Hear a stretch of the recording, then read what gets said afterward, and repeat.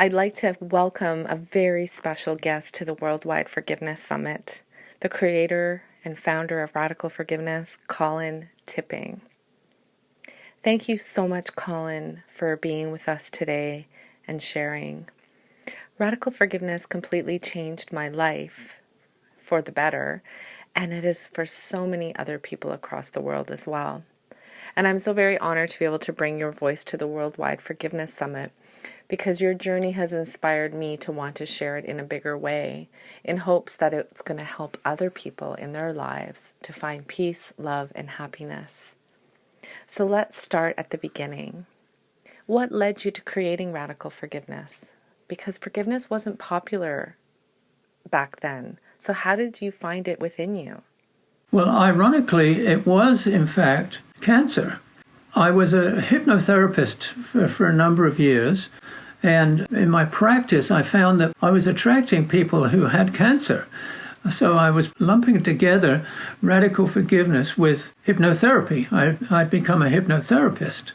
And so those two things seemed to come together during this period of time, which was quite funny, really, because I had no real experience of having people come to me in my practice who had cancer. So it was unusual.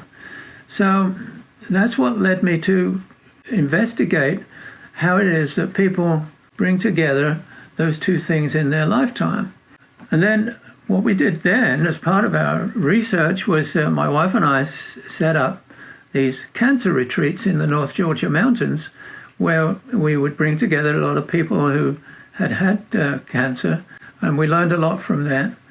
So that's how we really started with Radical Forgiveness, because those two things went together, and we went on discovering what those two things, how they interacted together. And we came to understood that there was a relationship between a lack of forgiveness and cancer. And can you give us a recap of the last 25-year evolution of Radical Forgiveness and how it's grown into what it is today? I wrote the book in 1997, and from then on, it was a fast evolution. The book went gangbusters. We started to do workshops around the world, and from then on, it just went viral. It was amazing how it blossomed, and people just took it on, and we went all around the world doing these workshops and writing more books, and there we went. That was the evolution of it. Great. Thank you. So what is so radical about it? Well, it's so radical in the sense that everybody knows what forgiveness is. Letting bygones be bygones is, pretty much what people think of as traditional forgiveness. You ask most people, what's forgiveness is. Well, it's just, letting it go, trying to forgive and forget and things like that. That's how it is. You just let it go. You don't worry about it. Well, what we discovered with radical forgiveness is when you look at it from a point of view of the spiritual dimension to this, where you open up to the possibility that there was a reason why this happened to you, whatever it is, whatever event is showing up, good or bad, doesn't matter, is supposed to happen that way, that there's a reason why everything happens the way it does, and that everything happens for a reason. Thank you for that. So there are so many people in the world who are stuck in their pain, as you know. They're not living their life fully, and they end up sick and unhappy. Yet they are still resistant to forgiveness. Is radical forgiveness for them? And what's their first few steps in knowing if it is?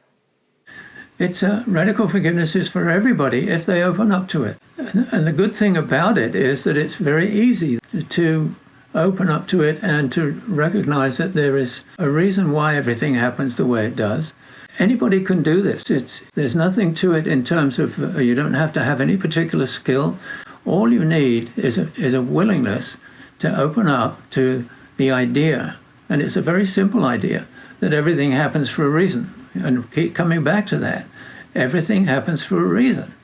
And the reasons that things happen the way they do is buried somewhere deep down in the spiritual life of everybody in the world. Everybody has a spiritual dimension to their life, which is always operating and is always revealing itself through the life that we're living. And so it is for everybody. And how do you feel that radical forgiveness can help to heal the world with all of the horrible things happening every day? It can happen one person at a time. And that in itself seems to be just a huge idea. But that's the truth of the matter. Once we open to the idea that one person can change the world, then anybody can change the world, and the whole world will respond to that one person. It takes a level of trust and a width of understanding to even begin to start looking at it from that point of view. And one person raising their consciousness will have the effect of raising more and more and more consciousness, and the vibration of the world will increase exponentially. Thank you so much for sharing your soul's journey publicly with your new book, Saying Yes to My Cancer. We will be providing a link if anyone wants to purchase that. So, what do you see for the future growth of radical forgiveness now that you have handed over the custodianship of it? I see the growth of radical forgiveness in terms of it becoming hugely influential. At the moment, it doesn't seem as though it's a possible concept that we can embrace and make work. But what I've noticed is that once people begin to embrace this idea, it has an exponential effect on everything, on business, on education, on everything that happens to them in their life. They suddenly get it, that this idea of radical forgiveness, when placed in the context of their own lives, they begin to realize that it's not them that's making things happen. It's some higher force, if you like, some higher energy that's making things happen. Thanks. And what final words of wisdom would you like to share with our audience? The words of wisdom, I guess, that I can bring up right now, for what it's worth, is that what we have developed with radical forgiveness is a set of tools that we have, not only as a concept, which is to say that everything happens for a reason and everything's perfect the way it is, but we also have a set of tools that help people make sense of that. And without those tools, it's really impossible. Bring to awareness, your own awareness of how this might work for you personally. So I guess my words of wisdom are for you to have patience and to look at these tools and to work with them so that they begin to make more sense to you. And they're very simple tools. They're only worksheets and things like that enable you to shift your energy. The thing about radical forgiveness, it is an energy experience. You can even go on our website and have a little play with it on the first page. There's a 7-minute audio experience that you can use to have the experience of radical forgiveness right now in this moment.